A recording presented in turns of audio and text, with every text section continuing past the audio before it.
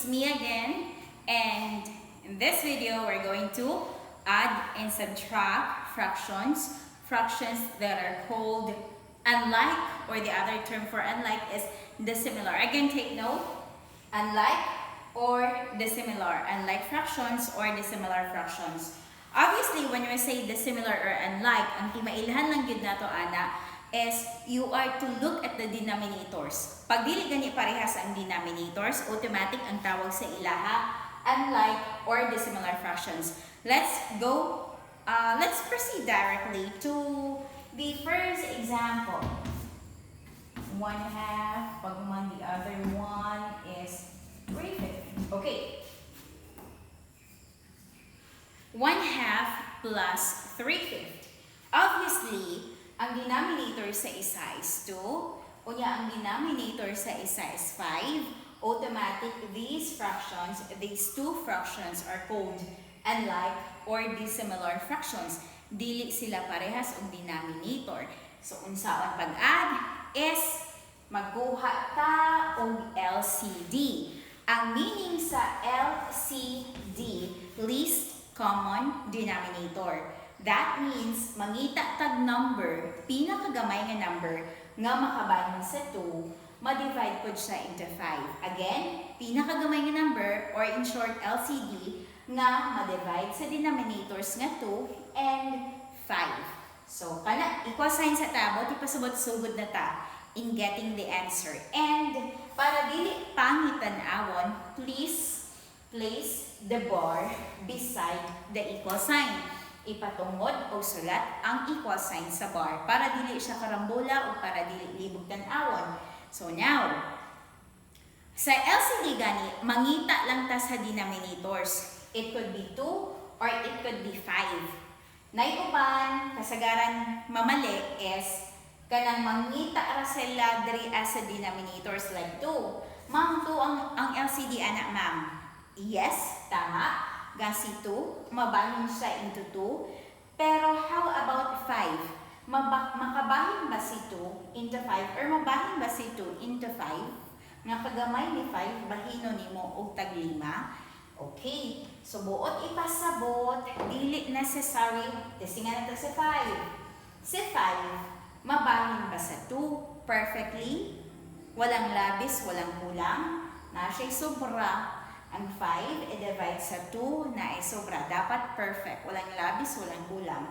Si 5, oo, divisible siya into 5, pero dili kang 2. So, buot ipasabot, walay chance ang kanina sitwasyon nga makapamili tag LCD among or between the denominators. Duha ra kung isla, so between. Wala kay dili pwede si 2, dili si 5. So karon ang atong buhaton, i-times nato ang duha ka denominators. 2 times 5, i-times ang duha ha. Tangan ako dire. 2 times 5 equals 10. Automatic, 10 is your LCD. Kana si 10, ma-divide siya perfectly into 2. Check ta. Kana si 10, ma-divide po siya perfectly into 5. So, 10 is our LCD. Naipangutana, pwede ba ma'am na 20 ang atong LCD? Yes, 20. Si 20, mabahin ba kang 2 perfectly? Yes. Si 20, mabahin ba sa tag 5 perfectly? Or divisible ba si 20 kang 2 or 5? Yes, makabahin din si 20. Pero, take note of the word least common denominator. So, dito ta sa pinakagamay nga ma-shoot ang duha ka denominators. Let's have 2 times 5. You have 10. Sunod na pong buhaton is i-divide nato si LCD dito sa mga denominators. 10, i-divide sa 2, the answer is 5. Ang answer nga 5, i-times sa taas. 5 times 1, you have 5. And then, ma-minus man na siya diha or ma-plus man na diha. Just copy the operation in between. Save ta diha. Kung i-kopya lang nato. Kana man ng 10, positive, divide by positive, the answer is positive. Si positive, i-times sa positive, positive yun ang labas. Pero kung malibog mo, ana, labon, pag basig makuraw mo ba kung minus na siya, sa walay pagduha-duha, ikopya yun ang operation in between. Just copy that operation, okay? So, dirian na ta sa isa ka fraction, 10 divide by 5. You have 2. Ang kanang 2, i-times sa taas. 2 times 3, you have 6. And let's add. Bar, ipatungod si equal sign sa bar. 5 plus 6, you have 11.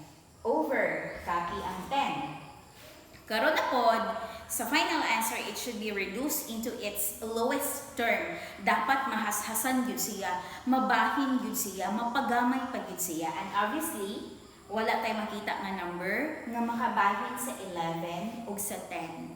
So this is the final answer, or that's the answer. The other way around, same fraction gihapon ako ang itudlo ha. The other way around is the other process. Let's have 1/2 plus 3 over 5. So ang ubang estudyante ani ganahan ani nga process. Pero applicable lang siya kung tagduha ka fraction ang i-add or i-subtract. Pero kung daghan na gani kaayo maglaray pila ka buok fraction diha i-add man na imong i-subtract, do this one. Mangita kag LCD. Pero kung tagduha ra, here's the other way. Starting equal sign, but pasabot we're now getting into the process of getting the answer. We are now into the process of getting the answer. Okay, so kani sayo na pud ni. I-times lang ni kaning denominators. 2 times 5, you have 10. After ana, you do cross multiplication. Pwede ra dili ipakita nga nag-cross ka, pwede ra pud siya ipakita nga nag-cross ka.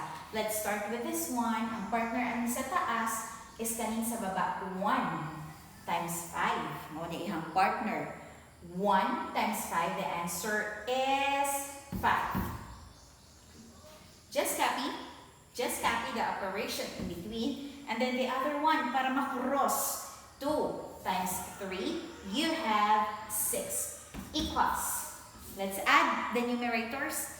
5 numerators, yes, pagidungan man. 5 plus 6, you have 11. And just copy the denominator, which is 10. So look, parehas ra ang answer. The other way na po. Let's have letter C. Same fractions, but other way na po di siya. 1/2 plus 3/5. Obviously, dili parehas ang denominators. So the other way on how to add or subtract unlike fractions is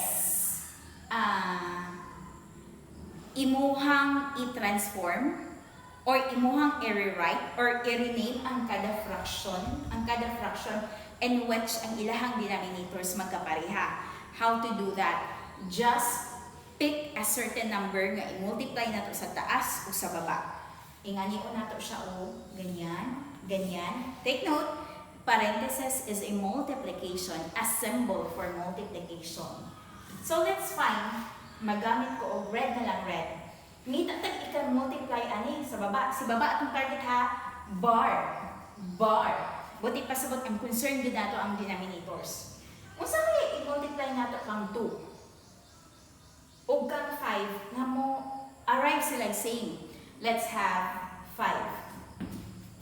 5 times 2, you have 10. Kani, unsa kay i-multiply ani? Let's pick 2. 5 times 2, I'm sorry. 5 times 2, you have 10. Again, this is the given fractions. Nag-times ta ka ng 8, mao kung times. Kung unsay makita sa baba, maupod sa babaw. Kung unsay nakita sa baba, maupod sa babaw. Okay, let's multiply now. Equals. Hala, nag-touch na tag multiplication of fractions. Ang pag-multiply sa fraction is taas times taas over baba times baba. Numerator times numerator over denominator times denominator. Nag-touch na ta, nagtandog na ta sa times, sa pag-times sa fractions. Anyway, Let's continue. 5 times 1, you have 5.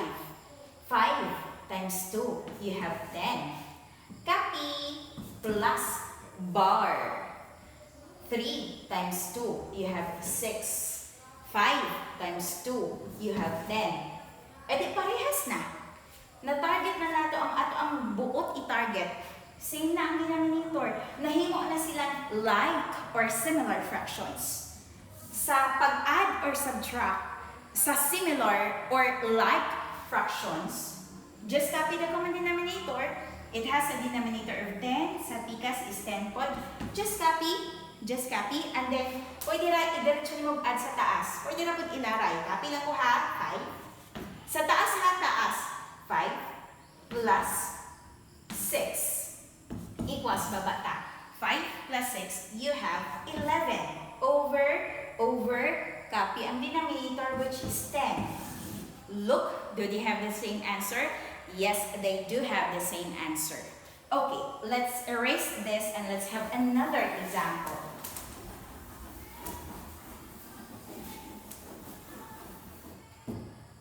ABC, mag-D ko ano.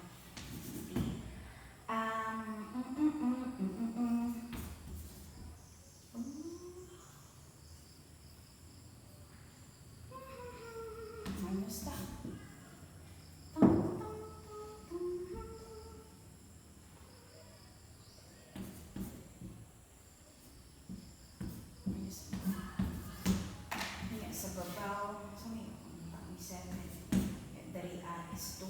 Okay, nag-minus ko kay para dili mo malisang sa minus kay na-use mo tag plus bod. So para maanad mo aning mga negative, ato na siyang i-integrate. Ato na siyang adi na to kahadlokan. Let's get to encounter that one. Okay, 1 over 6 minus 7 over 4 minus 2 over 3 equals diri dili ta magpakatong butterfly ha nga mag-cross ta. Pwede ra ta mag-rename diri pwede ra kaayo. So karon ang ato ang buhaton get the LCD number nga maka-divide sa 6, maka-divide sa 4, maka-divide sa 3. Pwede mo mamili diri pero take note kung mamili ta dapat ang atong pilion maka-divide. Example, kung mamili ta 6 for 3, mamili ta ang 6. Si 6 divisible by 6. Yes, mabahin siya into 6. Pero how about kang 4? How about kang 3? Dili siya pwede. So, dili ta mamili. Anak nila. So, mamili tag ipang times diha. 6 times 4, ilaman. 24. Si 24, mabahin ba into 3? Yes. Si 24, mabahin ba into 4? Yes. Si 24, mabahin ba perfectly into 6? Yes. Pero, let's have LCD, least common denominator. So, let's pick 4 times 3, you have 12. Say 12 is divisible by 6. Say 12 is divisible by 4 and is also divisible by 3. So let's use 12 as our LCD. So divide na ta. 12 divide by 6, you have 2. Ang 2 karon i-times sa taas. 2 times 1, you have 2. Copy. 12 divide by 4, you have 3. Ang kanang 3 karon, i-times sa taas. 3 times 7, you have 21. And then, copy, just copy the operation in between. Just copy. And then, kanina po, last fraction. 12 divide by 3, you have 4. 4 times 2, you have 8. Combine na ta. Combine. Linginan ako ang puros negative ha. Kana. Puros negative. And then nag-inusarang positive si 2. Let's copy 2. Relax lang. Negative and negative. Parehas ang sign. Naglaray puros negative. Negative. Just copy the common sign and then add the numbers. Kay parehas man ang sign, i-add ra na to. Copy ta sa common sign. 21 plus 8, you have 29 over 12 equals. Ang 29, positive ni, niya kani negative, mag-minus ta. Ang 29, kuag 2, you have 27. Asa ang mas dako? Si 29 or 2? Si 29 ang mas dako. Unsay sign ni 29? It's negative. Negative po ang answer nga 27 over 12. Just copy. Ma-reduce pa ba? Naabatay makita nga number nga makabahin pa sa 27 and 12. Si 27 mabahin dili siya mabahin into 3. Si 27 mabahin ba siya into 4? Dili. Wala siya, naa siya sobra. Ako lang pa ganing isa. So, let's have this. But, please, do place the negative sign beside the bar. Itungod sa bar. 27 over 12. So, the answer is negative 27 over 12. It could be, it's your kani mong answer, or it could be kani. So, yun, mag-rename ta. Rename ta. Let's rename the following. Letter D. 1 over 6 minus 7 over 4 minus 2 over 3.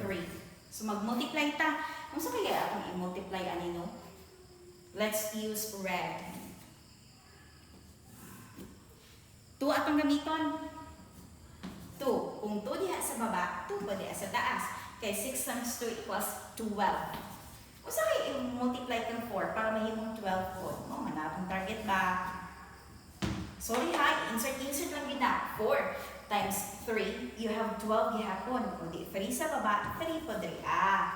O sa kaya i-multiply kang kuan, kang 3 na mahimong 12.